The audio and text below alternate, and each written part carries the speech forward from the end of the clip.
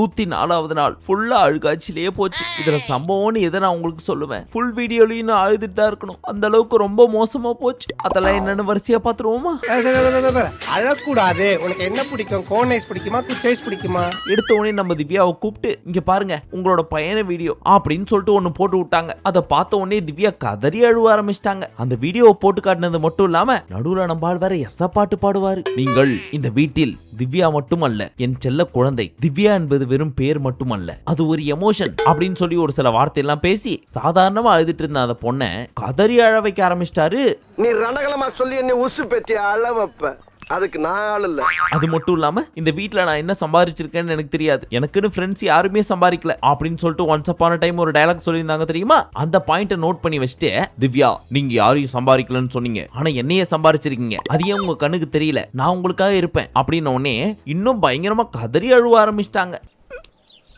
ஐயோ சித்ராதேவி பிரியா அழாதம்மா அழாதம்மா, அப்பாவால தாங்க முடியாதுமா, நீ கேட்டேன் தானே சொன்னேன், நான் சொல்ல மாட்டேன் தானே சொன்னேன். இப்படி அழ வச்சு பாக்கறதுல உங்களுக்கு ஒரு சந்தோஷம் ஏன் பிக் பாஸ்? அதுக்கேத்த மாதிரி நம்ம திவ்யாவும் இது போதும் பாஸ், இது போதும், நீங்க என் கூட இருக்கீங்கல்ல, இதுக்கு மேல எனக்கு என்ன வேணும் அப்படின்னு இன்னும் அழ ஆரம்பிச்சிட்டாங்க. இது பத்தல திவ்யா, இன்னும் உங்களை அழ வைக்கணும் அப்படின்னு சொல்லிட்டு நம்ம ஆளு I love you Divvu, I love you அப்படின்னு செல்லமா கூப்பிட எதிர்பார்த்த மாதிரி அவங்களும் கதறி கதறி அழுவ ஆரம்பிச்சிட்டாங்க.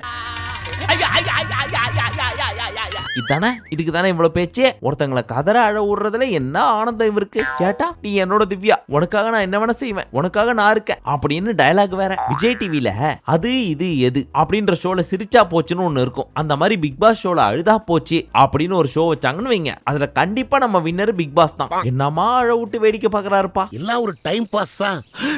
Time pass. இப்ப திவ்யாவை முடிச்சு விட்டதுக்கு அப்புறம் சபரியை கூப்பிடுமா அப்படின்னு அவரை கூப்பிட்டு இந்த மாதிரி வண்டியா வசனம் எல்லாம் பேசினாரு. ஆனா அந்த பீஸ் முக்கி முனறி பாக்குது, கண்ணுல இருந்து ஒரு சொட்டு கண்ணீர் வரல. வீடியோவை போட்டு காட்டுறாரு, உருகி உருகி பேசுறாரு, ஆனாலும் அவர் முக்குன்னு முக்குறாரு. அழு, ஃபீல் பண்ணி அழு. நீ அழுகிறத பார்த்தா இன்னொருத்தருக்கு அழுக வரணும். ஆனா கட்சி வரைக்கும் வரவே இல்லையே. இருந்தாலும் பிக் பாஸோட மனசு கோணக்கூடாது அப்படின்றதுனால கண்ணை கசக்கி கசக்கி எப்படியோ லைட்டா வர வச்சாரு. இருந்தாலும் பெருசா வர வைக்கணும் அப்படின்றதுக்காக நம்ம பிக் பாஸ் சபரிய நீங்க என்னோட தம்பி, உனக்கு நான் அண்ணன் அப்படின்னு நீங்க என்ன சொன்னாலும் கடைசி வரைக்கும் வரவே இல்லை. சோ இங்கே பிக் பாஸ் தோத்து போயிட்டார். So Sabari is the winner. இப்போ என்ன பாரு,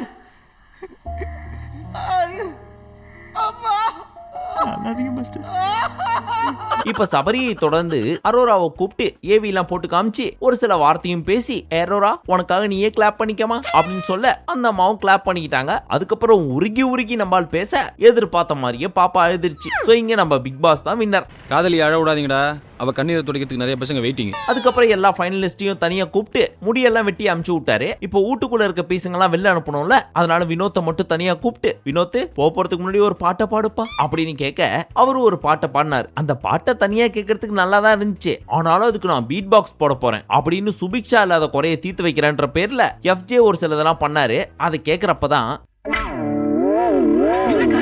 நான் என்ன சொல்ல வரேன்னா, இப்ப இதெல்லாம் முடிஞ்சதுக்கு அப்புறம் உங்க எல்லாரையும் அழ வைக்க போறேன். அதுக்காக ஒரு வீடியோ, இந்த வீட்டுக்குள்ள நடந்த எல்லா துயர சம்பவங்கள் அண்ட் அதுக்காக நீங்க விட்ட கண்ணீர் எல்லாத்தையும் சேர்ந்து ஒரு தொகுப்பா நாங்க போட போறோம் அப்படின்னு சொல்லிட்டு ஒண்ணு போட்டாங்க. அதை பார்த்துட்டு எதிர்பார்த்த மாதிரி எல்லாரும் கதறி கண்ணீர் விட்டு அழ ஆரம்பிச்சிட்டாங்க. அந்த அனைத்து பெருமையும் நம்ம எடிட்டர்ஸ்க்கே போய் சேரும். ஏன்னா எடிட்ஸ் எல்லாம் சும்மா எல்லாம் கிடையாது, எல்லாத்துக்குமே ஒரு பிஜிஎம் போட்டாங்க பாருங்க. அங்க நிக்கிறாங்கப்பா நம்ம எடிட்டர்ஸ். அண்ணா கை கொடுங்கண்ணே.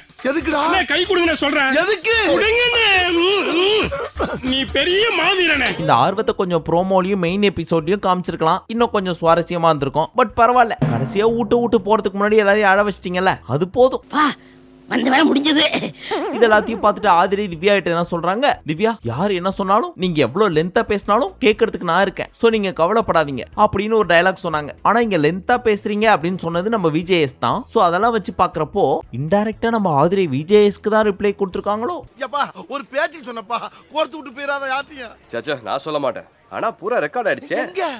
அது இப்ப எக்ஸ் கண்டஸ்டன்ட்ஸ் எல்லாருமே விட்டு வெளில போனோம், அதனால எல்லாரும் கட்டி பிடிச்சி அழுங்கப்பா அப்படின்னு உடனே அவங்களும் கட்டி பிடிச்சி அழுதாங்க. சோ நம்ம பிக் பாஸும் உங்க எல்லாரையும் நான் மிஸ் பண்ண போறேன், I miss you so much, என் மனசுக்குள்ள நீங்க எல்லாருமே டாப்ல இருக்கீங்க அப்படின்னு இவங்களுக்கு மட்டும் சொல்லாம வீட்டுக்குள்ள வராத கமருதீன் அண்ட் பாரு ரெண்டு பேருக்கு சொல்லி எல்லாருமே எனக்கு ஒண்ணுதான் அப்படின்னு ப்ரூவ் பண்ணிட்டார்.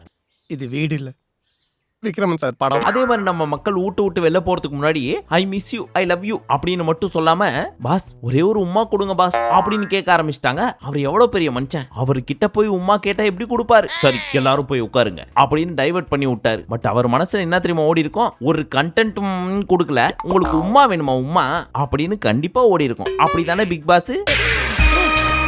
மனசுக்குள்ள நினைச்சத பேரோட சொல்றாரு. அம்மா ஃபைனலி எல்லாரோட பேரையும் சொல்லிட்டு உங்க எல்லாரையும் மிஸ் பண்ண போறேன். அண்ட் இதுதான் நான் கடைசியா உங்களோட பேரை உச்சரிக்கும் கடைசி தருணம். இதோட 24/7 க்ளோஸ் ஆக போது. ஹாட் ஸ்டாரை ஈத்து மூட போறோம். நீ ஒன்னே தப்பா நினைச்சுக்காதீங்க, மொத்தமா மூட போறாங்களோன்னு. அதாவது இந்த சீசனுக்கு மூட போறாங்களாம். அதனால ஒரு ஹிண்ட்டை கொடுத்துட்டு ஈத்து மூட்டாங்க லைவ். அது இருந்தா என்ன செத்தா என்ன, இதெல்லாம் டியூஷன் வரலன்னு யார் அழுதா? அதுக்கப்புறம் போட்டாரு பாருங்க நம்மளால ஒரு பிட்ட. இது வரைக்கும் அந்த சீசன்ல வழக்கமா இப்படி கிடையாது. பட் இந்த சீசன் ஃபுல்லா உங்க கூட இந்த ஃபீல் இருக்கே, அது என்னால மறக்கவே முடியாது. உங்க கூடயே வாழ்ந்த மாதிரி ஒரு தருணம் அப்படின்னு ஃபீல் பண்ணி பேசிட்டு இருக்காரு. பாத்தீங்களா, கவுனி கூட அடிக்குது. ஹலோ, நான் தான் ஃபீல் பண்ணேன். நீங்களா? தேங்க்ஸ்.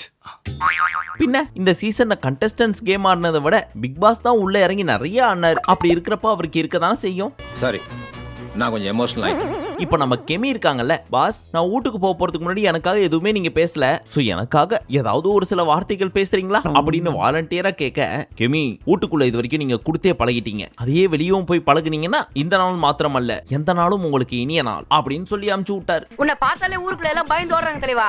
அதுக்கு என்னடா செய்ய முடியும்? நாட்டுக்கு 4 நல்ல கருத்துக்களை சொல்லும் போது அதுக்கு 4 பேர் எதிர்ப்பு சொல்லத்தான்டா செய்வாங்க. கடைசியா டோர் ஓபன் ஆச்சே, ஒரு பாட்டையும் போட்டு விட்டார். அதுக்கு எல்லாரும் சேர்ந்து குத்து டான்ஸ போட்டு அப்படியே கிளம்பி இருந்தா கூட பரவாயில்ல. கிளம்ப போறப்போ நாங்க ஸ்கூல் படிக்கிறவங்க, இது ஒரு NCC கேம்ப், அங்கேயும் அந்த கிளாப்பை போட்டு தான் போவோம் அப்படின்னு ஒரு கிளாப்ஸ போட்டாங்க.